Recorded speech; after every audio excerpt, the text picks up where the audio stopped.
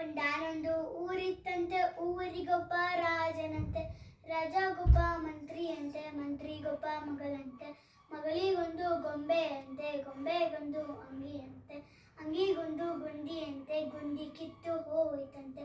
ದರ್ಜಿಯನ್ನು ಕರೆದರಂತೆ, ದರ್ಜಿ ಬಂದು ನೋಡಿದರಂತೆ. ಗುಂಡಿ ಬಲು ಹಳೆಯದಂತೆ, ಬೇರೆ ಗುಂಡಿ ತಂದನಂತೆ. ಅಂಗಿಗಿಟ್ಟು ಹೊಲೆದನಂತೆ.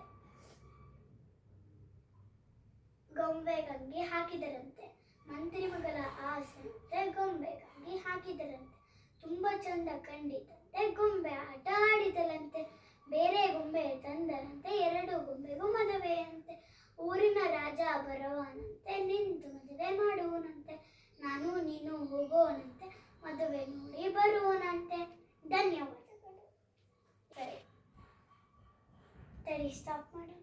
ಹೇಳು ನೀನು, ನಾನು edit ಮಾಡೋದ್ಕಂತ. My name is Anushka Malimat. I am second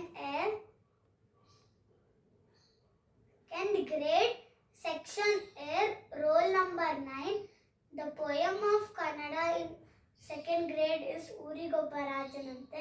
ಒಂದಾನೊಂದು ಊರಿತ್ತಂತೆ, ಊರಿಗೊಬ್ಬ ರಾಜನಂತೆ. ರಾಜಗೊಬ್ಬ ಮಂತ್ರಿಯಂತೆ, ಮಂತ್ರಿಗೊಬ್ಬ ಮಗಳಂತೆ. ಮಗಳಿಗೊಂದು ಗೊಂಬೆಯಂತೆ, ಗೊಂಬೆಗೊಂದು ಅಂಗಿಯಂತೆ. ಅಂಗಿಗೊಂದು ಗುಂಡಿಯಂತೆ, ಗುಂಡಿ ಕಿತ್ತು ಹೋಯಿತಂತೆ.